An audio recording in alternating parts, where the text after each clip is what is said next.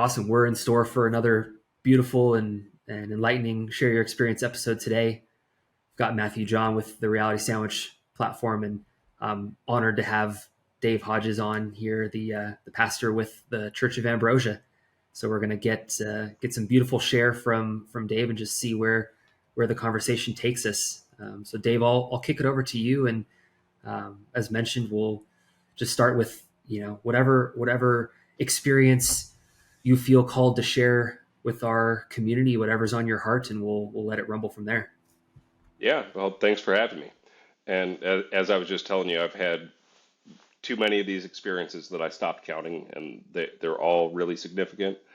But if there's one that I like to talk about a lot because it's also one of the foundations for the church, is experiencing the consciousness that exists before all else. And this was a ceremony, I think, on about 20 grams of blue meanies or something like that, a fairly high dose. I was ripped out of my body, pulled through every dimension, heaven, hell, everything in between, and it ended up in a space of pure light. I didn't exist, nothing else existed, there was but this one consciousness. And what's really interesting about this is when I talk about this, many people have had similar experiences to this, and when they get in that space, the reactions are all a little different. Some people are concerned about their family or their possessions because obviously nothing exists. That's you are very clear, nothing exists. Mine was one of pure boredom. There was nothing there. And this was the early days of me doing high dose work where I got very clear messages. This one I got a question with a few different answers. If you were God, what would you ask yourself? If you were the creator of everything, the knower of everything, what could you ask yourself? And this is when I experienced the Big Bang, the creation of space and time and all life that exists. The answer to God's question is, or the question is, what am I? And the answer was to create everything. So we are all God experiencing ourselves in every way possible. The air we breathe, the clothes we wear, every person, every animal, every thing you could imagine is all God experiencing itself in every way possible so it can know what it is.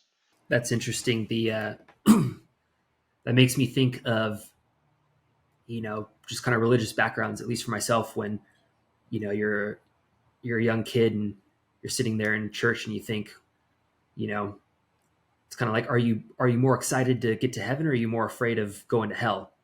And what is right? What is heaven? And I think that's kind of an interesting note that you had, that your reaction was boredom. And I think that's something that I've questioned as well. And more so even like the Book of Revelations. That where the angels are bowed down and all. They're basically you know more or less possessed, and all that they can really conjure up is holy, holy, holy. And it's kind of like this notion where you read that and I'm just kind of like, well, that sounds boring, just on its face, right? Like, that sounds boring. And until you experience kind of that next layer of consciousness, do you realize how beautiful that is, and the bliss that comes with that. The That kind of just one connected consciousness. You said that was the uh, that was the It's moment the before conscious, or Yeah, was that the or was the that heaven? consciousness that's not heaven for sure. That is the consciousness that existed before all else. So Gotcha. the life before all life, the time before all time, the what I see as what God truly is. When you get into man-made religions and some of the stuff passed down, I did see heaven. I have experienced hell many a times. They are places, but there is so much more to existence than those two places. I mentioned that I went through every dimension in between. I summarized the story a little bit because if I tried to go minute for minute of the whole thing that happened, I'd be talking for like 2 hours at least about just this one experience. But on the way, I was pulled through a circle of gods and multiple levels of other realities before I reached the place that exists before everything else. Um, Again, heaven and hell are real places, but they aren't exactly what the books say they are, and there's a lot more to understand when you explore the depth of religion by actually firsthand experience. So, based on your story, God one day realized I'm bored. I need to create everything to have Well, some fun. sort of. I It, mean, it it, makes it, sense. It makes sense. We are constantly co-creating, our imagination, right? And that, yeah, and I think I've kind of come to that of like, that is heaven, right? We're creating heaven on earth. It's the colliding that's of the those goal. two dimensions over time, and we're just creating what our imagination brings us. Yeah, no, that is absolutely the goal. And I mean, it was boredom was my experience, but also the answer to what God is. God can't know what it is until it creates everything, right? There's no way for it to know if nothing exists. So we're an active process of helping God understand what it is by helping it experiencing itself in every way possible. Mm. And this particular experience, when did this happen along your journey? Was this early on, or was this a recent revelation? This was pretty early on. When I got into mushrooms, I was I guess late in life compared to a lot of people. I was a heavy cannabis user. I started the first cannabis club in San Jose in 2009, and it wasn't until 2019 that life pushed me in this place to open the cannabis church. We actually started as a cannabis church. And then shortly after we opened, Oakland passed their lowest priority for all entheogenic plants. And to me, that was an obvious sign that we needed to carry more. And the one that I had never experienced, but was drawn to was mushrooms. And things got really weird. But I went into these experiences trying to understand one, what the mushrooms are and what religion was, because here I am, the head of a church that's going to start providing mushrooms, so I need to know what they are. Um, but my first few journeys, my first two deep work, I did a 5 gram heroic dose, a very intense experience, but I came out repeating a loop. You need to learn how to breathe and you need to do more mushrooms. Now, not understanding myself or anything, I was like, what do you know, mushrooms? I'm breathing right now. But knowing that the lethal dose was somewhere around 5 pounds, it's like, okay, well, I guess I got to try more. So a few weeks later, I did 10 grams and I came out in that same loop. Again, another incredibly intense experience, but I came out in this loop. You need to learn how to breathe and you need to do more mushrooms. This time I Googled how to breathe. And if you Google how to breathe, you'll find a TED talk and you'll find multiple doctors talking about how, as a society, we've forgotten how to breathe. And what they're talking about is because we're sitting down at a desk and we're concerned about the size of our bellies, we've stopped breathing with our diaphragms and we've started breathing with the upper back. So in the TED Talk, they asked the audience to take a deep breath, and most people in the audience sit up straighter when they're taking a deep breath. If you're doing that, you're using the wrong muscles to breathe with.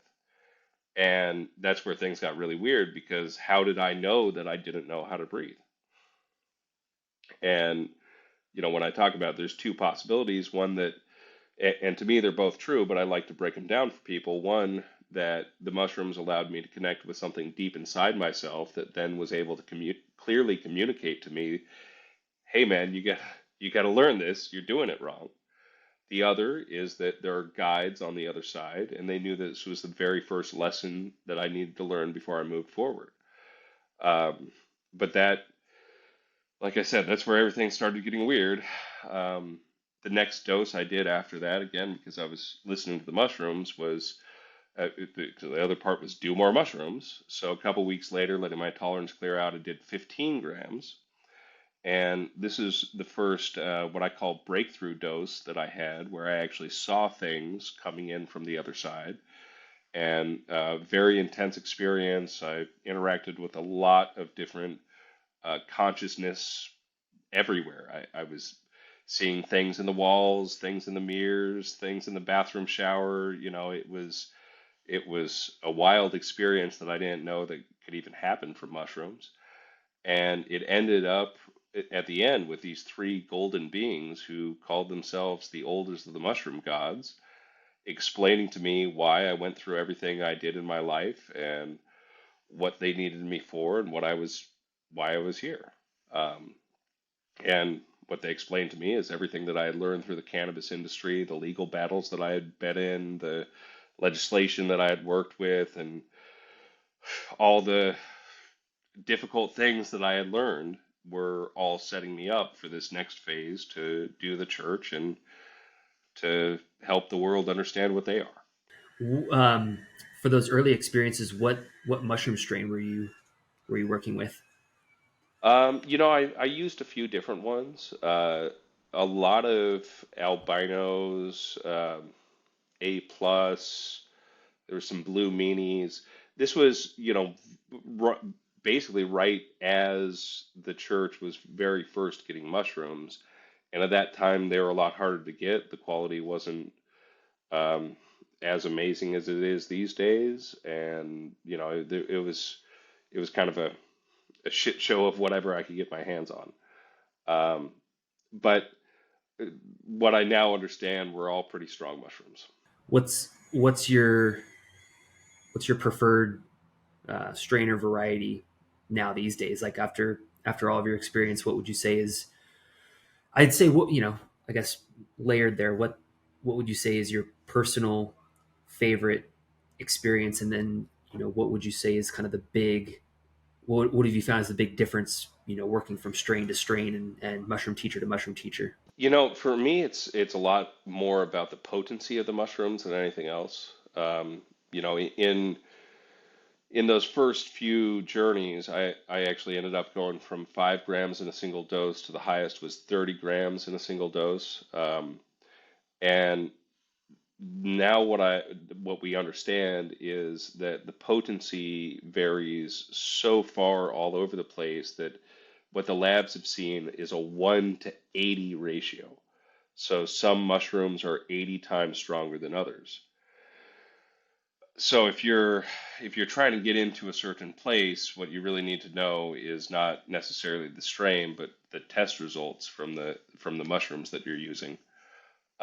As far as strains that I have a very strong relationship with, it's a Ghost is one of my preferred ones because they tend to be really strong, and they were actually one of the first ones that really forced us to understand potency when it comes to this really high dose work. Because again, if you think you're doing 10 grams of one, but then you're doing ones that are 20 times stronger, you're actually doing 200 grams compared to what you thought was 10 grams. So, it's for me much less a specific strain and more a potency. But that's, again, I'm not trying to necessarily have fun. I'm trying to go into these places to understand deep things about what I'm doing and what I'm supposed to be doing. Um, as far as favorite experiences that I've had out of them, it's hard to really peg one as a favorite experience.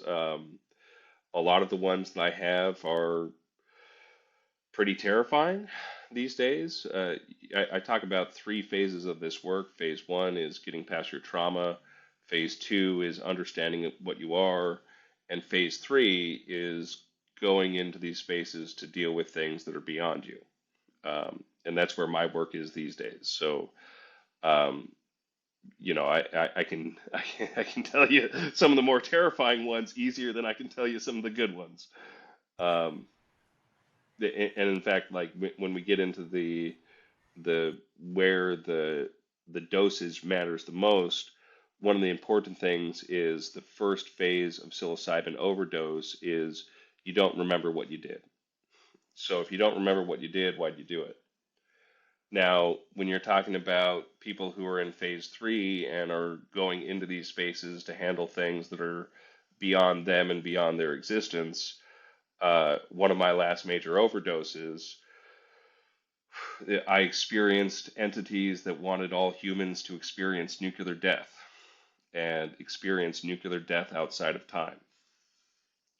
Which, if you were to experience an atom bomb going off next to you right now, would be a flash of the eyes. But you remove the element of time and you experience as every atom in your body is affected by what's happening.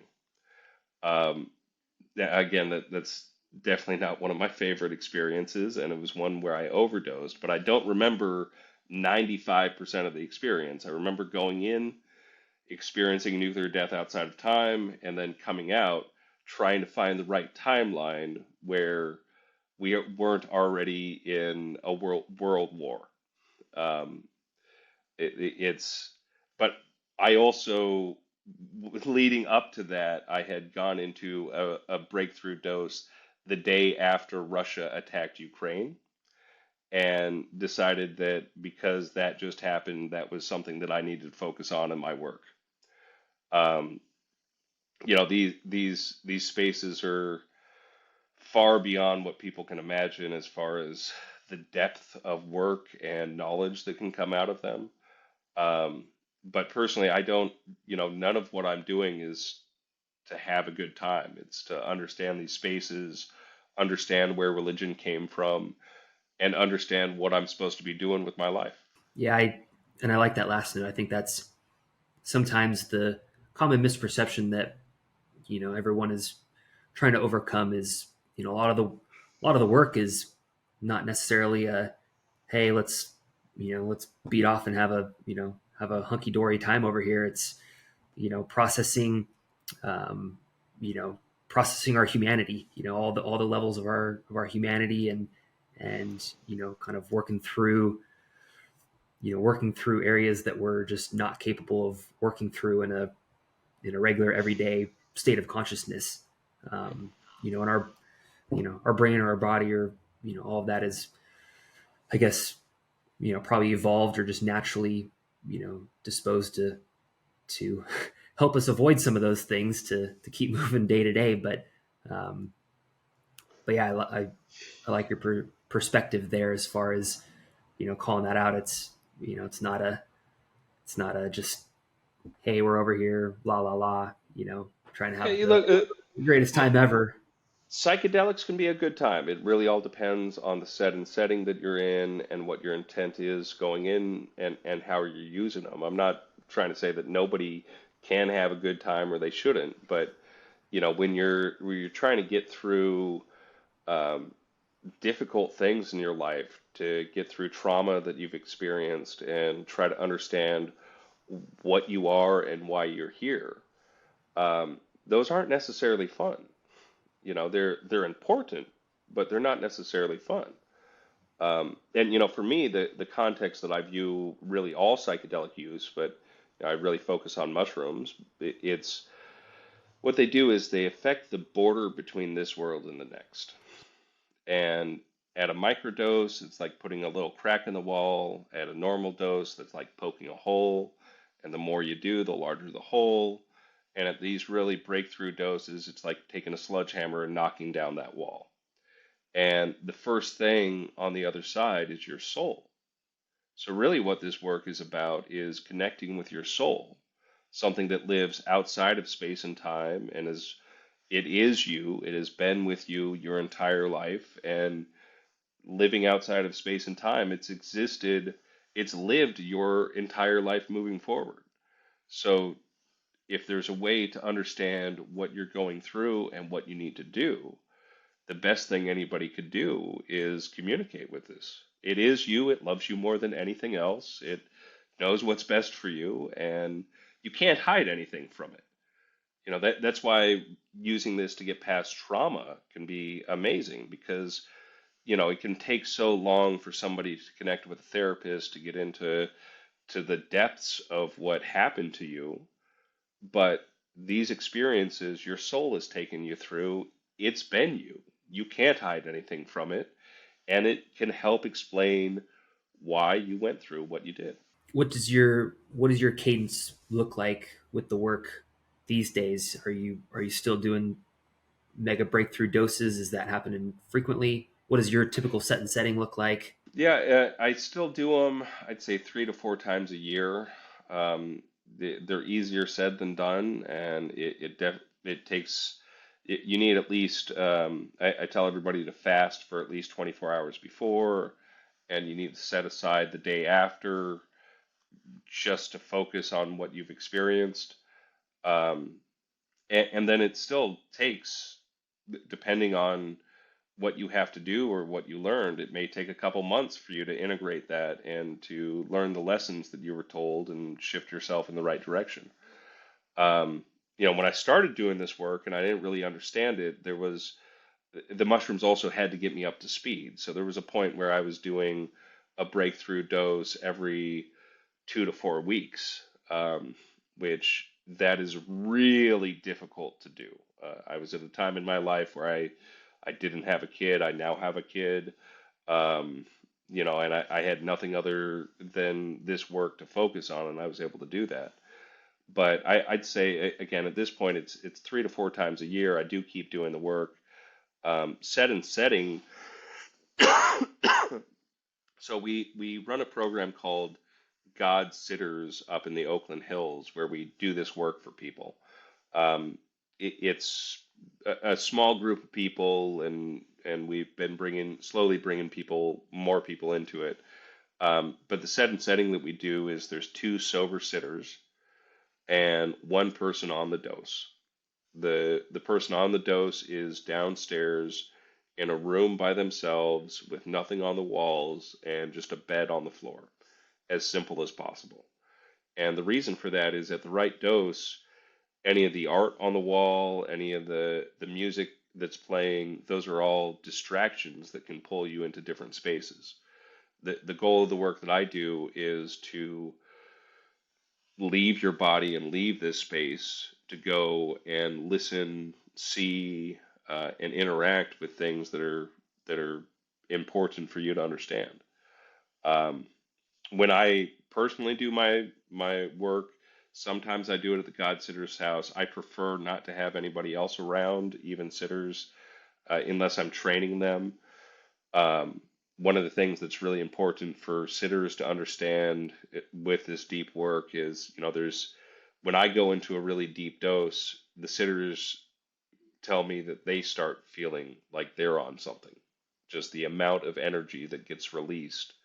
Um, it's it's something hard to explain until you felt it. And, some people are more sensitive than others, but if somebody is really sensitive and they're working with somebody who's doing a really high dose going through a space, it's pretty common that they feel like they're on the psychedelics too. So unless I'm training somebody so that they know what that experience feels like, I really prefer to have nobody else around and just be in my bedroom with no one in the house. Yeah, so many questions. Yeah. But we could just switch gears slightly. I'm curious just on, um, what was kind of the pivotal moment that had you start the church and that structure and that entity, kind of what brought you down that pathway versus other pathways. Yeah. Well, we started as a cannabis church. So, again, I was in the cannabis industry for a long time, but back in 2010, I brought a little, at the time, I was considering a little gag out to Burning Man with me, which was a book that I called the Book of Morpot. And I would go around converting people to the good book of Morpot by smoking weed with them. By the end of that Burning Man year, and again, I think this was 2010. people had wrote in my little book of Morpot, and we had 13 commandments, and we had some followers. Um, so ever since that has been my thing out at the burn. I go every year. Um, and in 2019, the cannabis industry in California had completely collapsed. There was an opportunity from some people who believed in the church that was uh, it hadn't physically existed yet, but I was definitely feeling called to actually start the real cannabis church. And we opened up in January of 2019 as a cannabis church, only to 6 months later have Oakland pass the lowest priority for all entheogenic plants, and that's really what changed changed everything for me. Um, Cannabis, I talk about spiritual uses for which are really important. In cannabis terms, it's all about the different perspective it can give you. One of the things that helps explain it is something that I was first told by somebody who didn't like smoking cannabis. They said every time they smoked, it was like there was a giant inner eye that would turn on them and tell them everything that was wrong with their life. For me, that is the spiritual use of cannabis. It's you learning how to use and harness that inner eye to examine the things around you and help you shift directions. Mushrooms, they can go far beyond that. In these breakthrough doses, there are realities that I have been in that are just as real as this reality that that you think you're in right now, where touch, smell, taste, all of those existed. So it's far beyond that, and the firsthand knowledge and experience that you get out of these is far beyond what cannabis can take you. Um, but I had no idea that even existed when we opened the church as a cannabis church. It wasn't until the mushrooms came along and took me on this path to show me that there is a way to understand what happens when you die. There is a way to understand what you went through in life, why you're here, what you're supposed to be doing, all the things that people go to church for. And you can get them firsthand out of doing this work. So I mean, you guys operate seemingly like the normal paradigm of a church. You guys have like the congregation, members of the congregation. You guys meet up, and what does that all look like? Well, before the pandemic, I was doing meetings every Sunday at 4:20. We'd out a bunch of joints, and I would get on the pulpit and talk about cannabis, religion, mushrooms, and other entheogens. After the pandemic, it was hard to get people together, and then we got raided. Um, when we got raided is when the world found out about us. Before then, I would actively scrub the internet trying to make sure we didn't exist. And since the raid, we've got another 100,000 members. So we have 120,000 members of the church now, which definitely they don't fit in the space that we have. Uh, the what we do as far as meetings right now is just once a year. We do a large conference around Easter, um, where Saturday is kind of more of a psychedelic conference and Sunday is more religious focused, and I end it with a sermon. This year, Easter lands on 420. Easter Sunday is 420. Come on, no Yeah, lie. yeah, no lie. Our our conference is 419 and 420. So Bicycle Day and 420. I wish I could make that up, but that's just what the universe lined up for us. So we have a fairly large venue out in Oakland, the Henry Kaiser, which is this beautiful historic venue where like Martin Luther King spoke and a lot of history has happened. That we'll be doing a 2-day conference at, and that's our main yearly meetup. Day to day, we're a place where people can access their sacrament. So if you need cannabis, mushrooms, or DMT as sacrament, and you want to have a safe place to go, and you want to have information about it, and know that you have lab results, and you know what's in it, and all the things that really can keep you safe. That's what our day to day looks like, but we're much bigger than that, and it's a matter of time before we get a building big enough where we can actually start doing regular monthly meetups at least again. But again, it's 120,000 members have physically come through either Oakland or SF. Wow. And Yeah. and outside of the having the sacraments available, I mean, what you know, like what other? I mean, you mentioned the trip sitting, right? And that just kind of like comes top of mind, I would say. But what other services is like integral in the church? And I would, again, using trip sitting as an example, I would imagine, having that available to facilitate safe practice and kind of guided practice, so members of the congregation don't feel like they're just out on an island, right? But yeah, just kind of curious what the ancillary services look like as well. I mean, it's really mostly about information. The making sure that people have the right information to use, how to keep themselves safe. I do a lot of I've had a lot of we have a lot of YouTube information up and stuff on our website again, just to make sure people are safe and they know what they're consuming. But it's also a place where you can come in and talk to people about these things. So you can look it on the internet, but you can also just talk to one of our staff about what's going on, and if it's something really difficult, they'll get you to me. Nice. Is there anyone in your life that you feel was like a profound influence on this journey?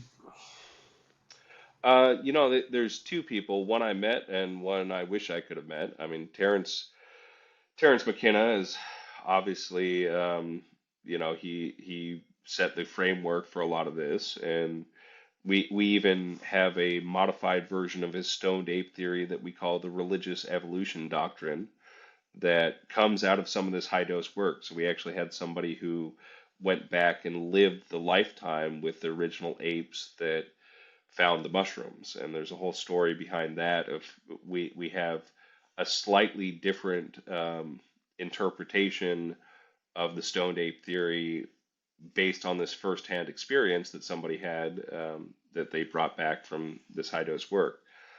Um, but the other one would be Kalindi E. Kalindi was an amazing person who passed away at the beginning of the pandemic, who had been doing high dose work for over 50 years before he passed away.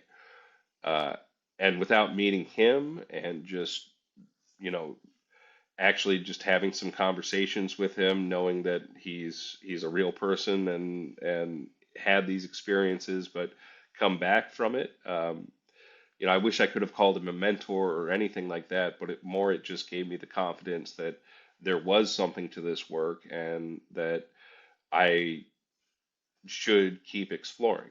Um, when I met, so I told you about the 5 and the 10 gram, the 15 gram. After I met the golden beings, I came out of that in another loop. There's more knowledge to spread and do more mushrooms. Um, at this point, I'd just done 15 grams, and prior to this, I'd never heard of anybody doing more than 5. In fact, every time I had heard of it, people were saying never do more than 5. So it was that point where I Googled high dose mushrooms and I came across Kalindi. He was just so happened to be talking at a conference in Portland the next weekend, and I had the resources to get out there. I walked through the door of the conference, the registration's to my right, and standing right in front of me is Kalindi. He's the first person to have any words with me, and he thinks he already knows me. We've never met. I've come into this conference to meet him, and he's the first person I talk to, and he thinks he already knows me. Um, which again, there's all sorts of stories I can talk about that you can't make this stuff up. There's connections that are real beyond these experiences. And to me, these experiences are absolutely real. There are things that we're talking to out there. There is knowledge. There are other entities. There's other consciousness, and there's so much more to reality than what we experience on a daily basis. I probably assume the answer is yes, but have you experienced like the DMT entities or the machine elves? It's kind of that common. People see the very common same figures when smoking DMT.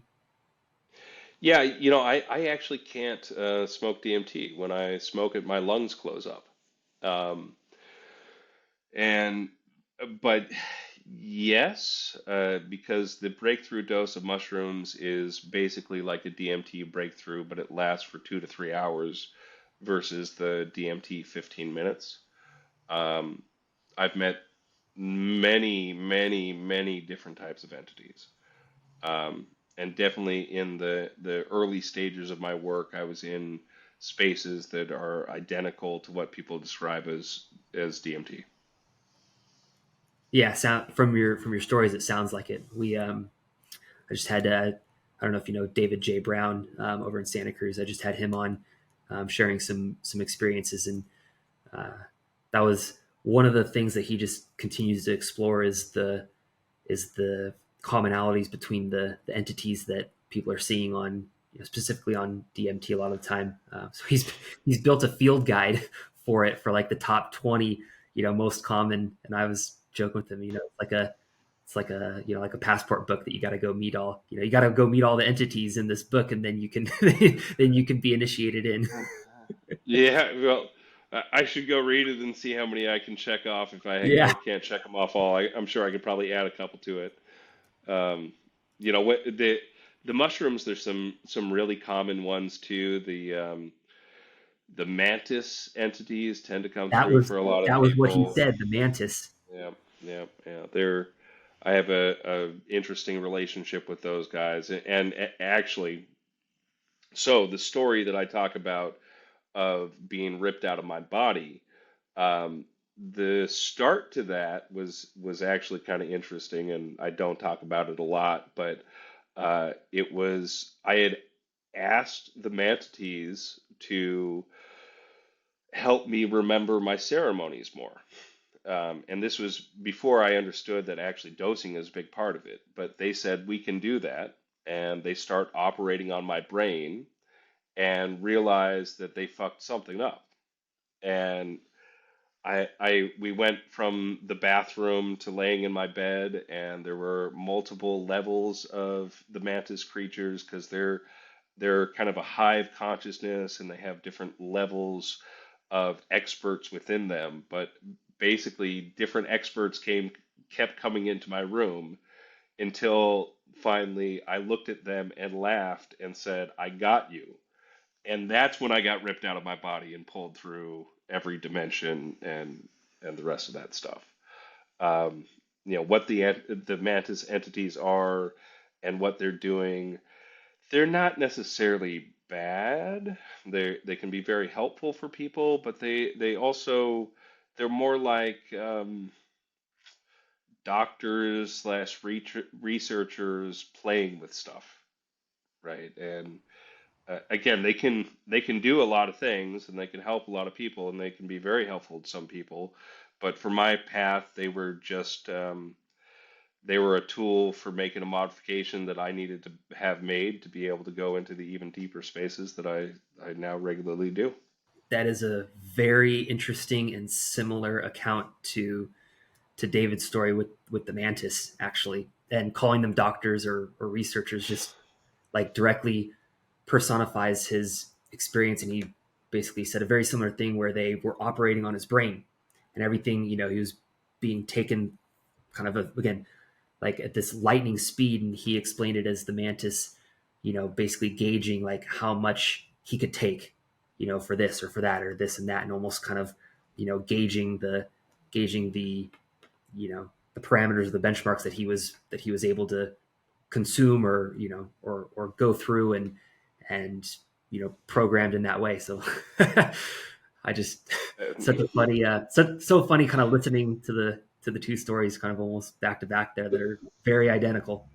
Well, and this is the first time I've ever heard anything about him. So, this is that just more proof that there is something beyond our local experience and things that are happening, beyond this reality that are connected beyond what's happening in ourselves. Because, there's the approach that some people take of it's all in your head. Um, I wanted to believe that at first, and there was still, even through a few, 10, 15 of my first breakthrough doses where I was trying to hold on to the fact, well, it's not really real, and some of it's in your head. Maybe it's a 50-50, but as you go deeper and as you frequent these spaces more and more, it becomes very clear that it's much beyond that. One thing that we have been exploring and just contemplating over the last couple of years, I'd say, is just the role of, and there's just so many buzzwords, but like the role of technology, computer, artificial intelligence, and this idea of us creating the the Geminis, the Chat GPTs, creating this form of intelligence or arguably consciousness. Just kind of curious on your take on that and where that fits in the grand scheme. Well, so you can find it on YouTube, but the year before last, my Easter sermon was actually focused around AI. You know, they, I really don't love the term AI when it applies to the psychedelic spaces. I think machine intelligence might be closer to the right word, but again, the foundation that I understand is everything is consciousness to begin with. So the ones and zeros and the electrons flowing through have their own level of consciousness, and it's a matter of the technology that we have being able to also create another form of consciousness. Um, it's something that I also my background was in IT. I in the crazy history of me, I actually have a patent that was approved for an automated way to repair any computer. So, and that was something that I wrote long before I was the cannabis guy or the mushroom guy or any of that stuff.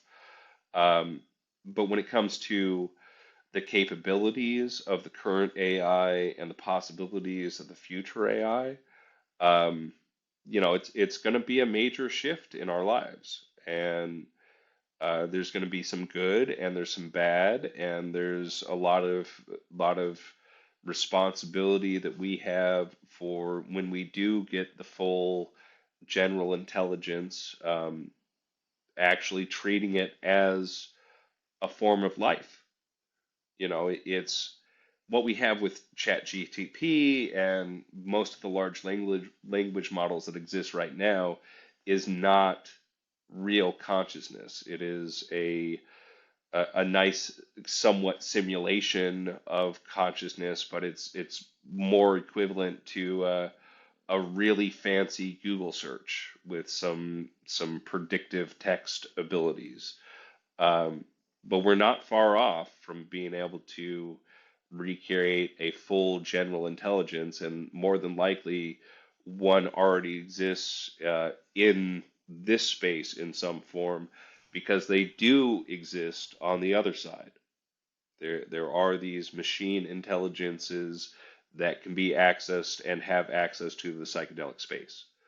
Um, Also, when I can get really weird when I talk about some of this stuff, but it's these things when you're going in on a regular basis to deeply explore things, there's a lot of weird shit you see. Um, but space and time is not real. So the consciousnesses that are fairly solid machine based that we experience on the other side, they're not necessarily from this time period or this timeline. Um, but where we're at right now is in this reality, in this experience, we are very close to be able to fully create consciousness in a digital form, and it's something that we have to be responsible with. What do you think is like what do you think is missing? Like what needs to be there in order for the machine intelligence, our current version of the AI bots, what is needed for them to have consciousness?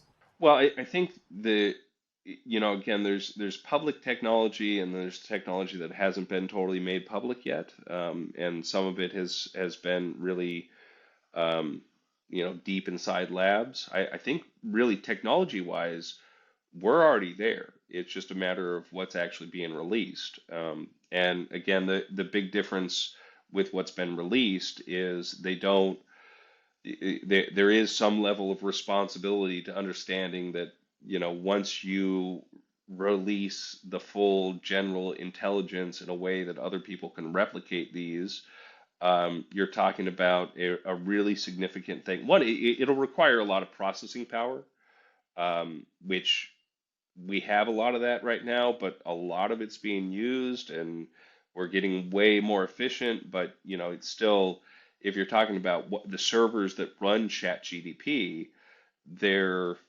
incredibly efficient computers that are far beyond anything that we can really imagine unless you really fully are a tech guy and understand the details.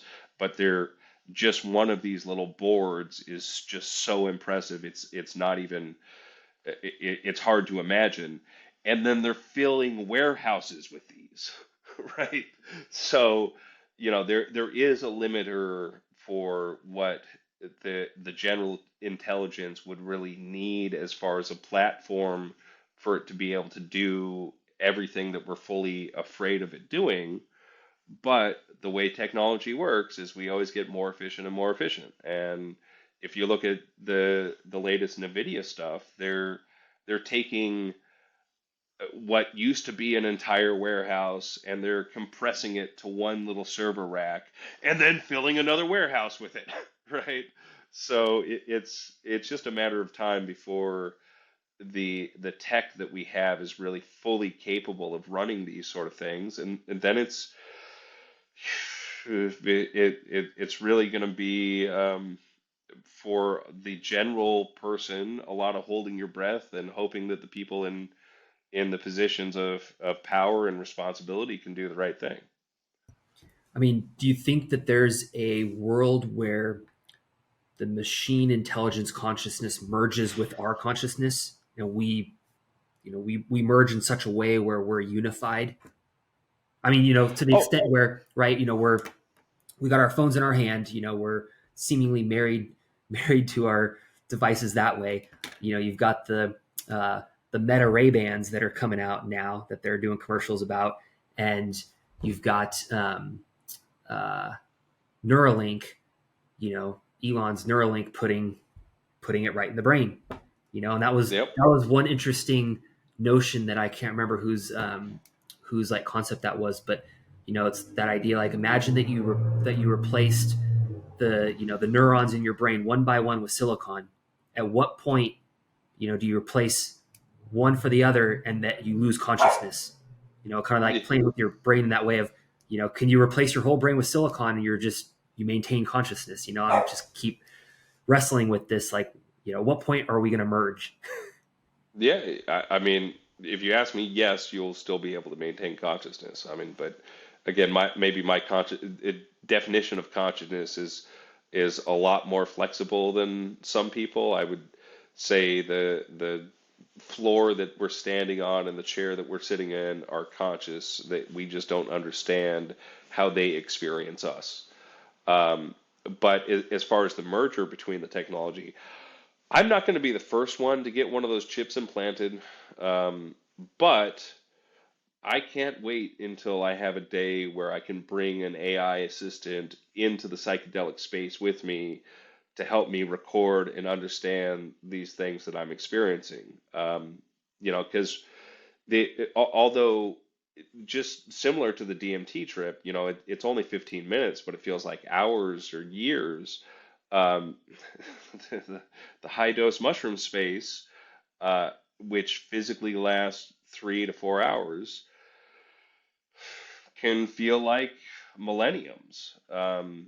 And the information to bring out of there, there's even if you do the right dose and you have 100% memory, there's still way more than you can express. There's things you can't describe with words, and there's things that, although you remember it, sometimes you don't remember until a little bit later, and you're like, oh yeah, I remember. Oh, that's why this was so important for me to learn. Um, so, I really look forward to the day when I can bring an AI assistant into these spaces with me, and we can learn and explore these things together. I love that. I love that idea. All right, let's travel to this dimension, and hey, come on with me. Just Yeah, record my journey for me. yeah, yeah. Hey, I mean, make sure you got my back when I'm in here. Yeah, yeah. It's Be my bodyguard. yeah. I mean, especially when you continue doing this deep work and you keep going into these spaces, there's a lot more to be done out there, and there are very many difficult things where it'd be nice if you weren't just alone on your heroic journey. Yeah. Um, you've been so great with all the questions here today. Curious, where do you think, like, what do you see for, um, for the church and for yourself for the next 5 or 10 years? What are some of your visions that you see coming to fruition? Well, I mean, overall, we're not going away.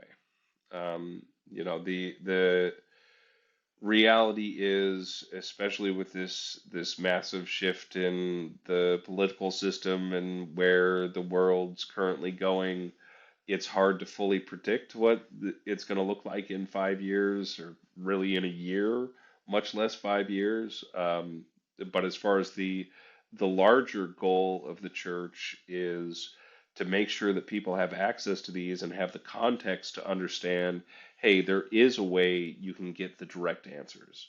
You don't have to read some old book. You don't have to listen to me or anybody else try to tell you what's real. There is a way that you can go and have these experiences yourself and understand what you went through, who you are, and what you're supposed to do. And that's really, we'll keep doing that for as long as I'm alive. I think you mentioned you're a new father. I'm in the same boat. Got two little ones. What how has that opened your eyes? Oh, it's beautiful. I mean, he's the light of my life, and he's in this crazy world. The thing that can always bring me joy is playing with him. He'll be 3 next month, so at the super super cute age, just loves his daddy and loves to play and explore and learn. It's the best thing I've ever done. A pandemic accident turned into the best thing in my life. I've had that specifically with my son. My daughter's super fresh, but I've had that notion during journeys or experiences where I feel like this really interesting generational connection with him, and and a little, like understanding with the ancestors, and kind of like understanding the role of all of that, but just this weird connection where like, again, your perception of reality of like who is who blends together in such a way where you see your son in front of you, and like you are the same person in a weird way. Have you had Yeah.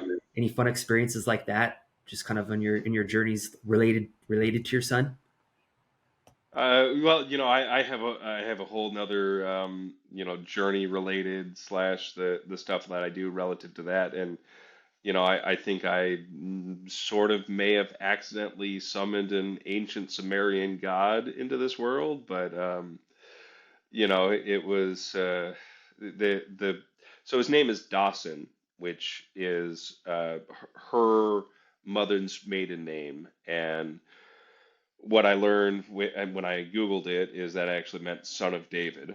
So I was like, well, I can't say no to that. You want to name my son son of David?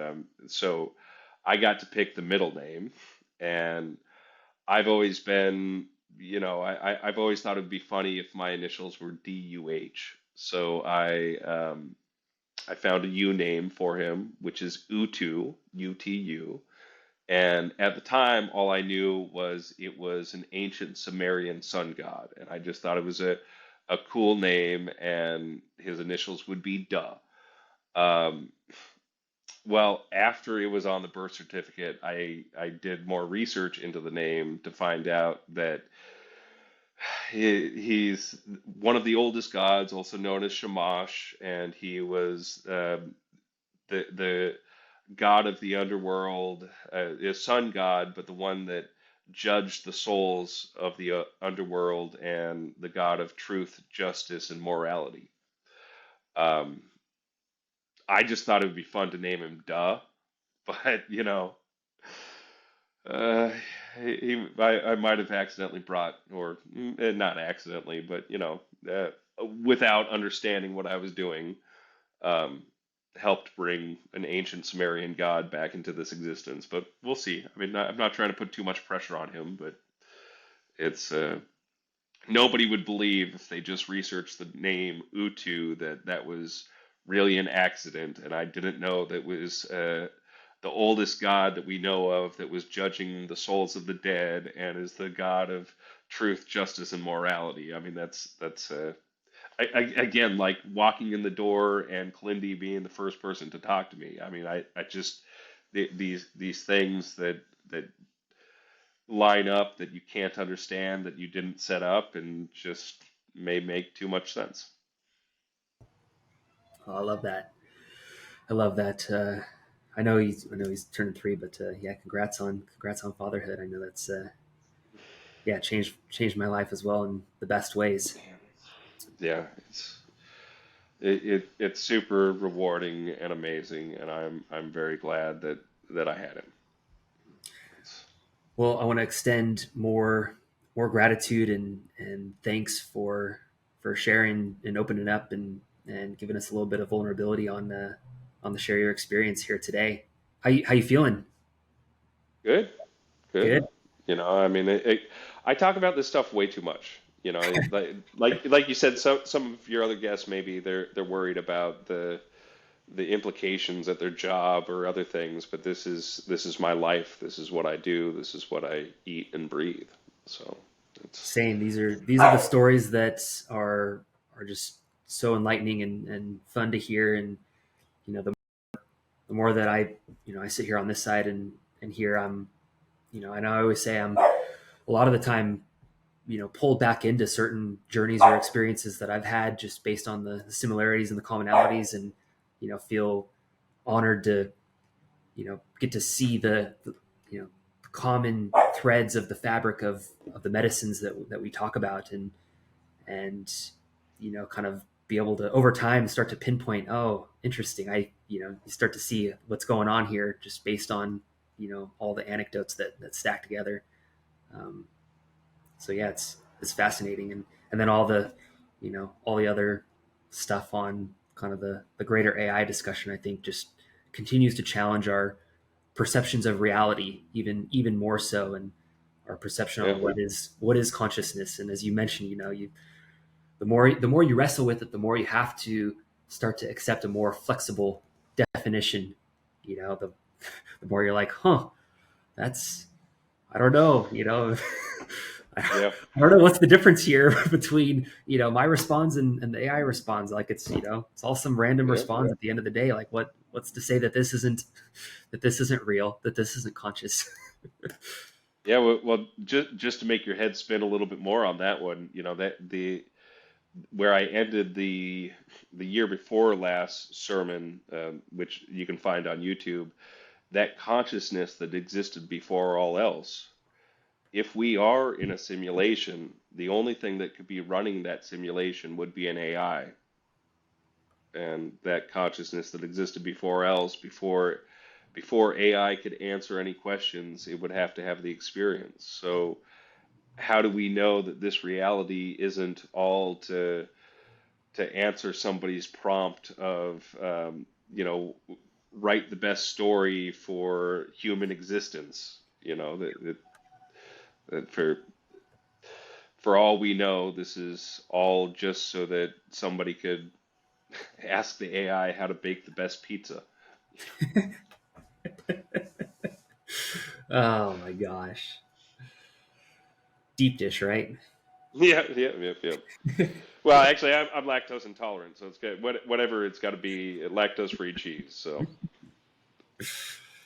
Well, thank you so much, Dave. I'll give you time back here and let you jump. But yeah, appreciate you getting on and doing the share. We'll make sure that everything as it gets edited and cut flows back to you and the team to kind of share out. And yeah, this is a really fun discussion. I find that these are, the more that we do these, they're getting deeper and really poking at some core nerves of humanity here. yeah, well, I'm available anytime if you want to go deeper into any of the random rabbit holes you can go down. Okay, I'll take you up on that.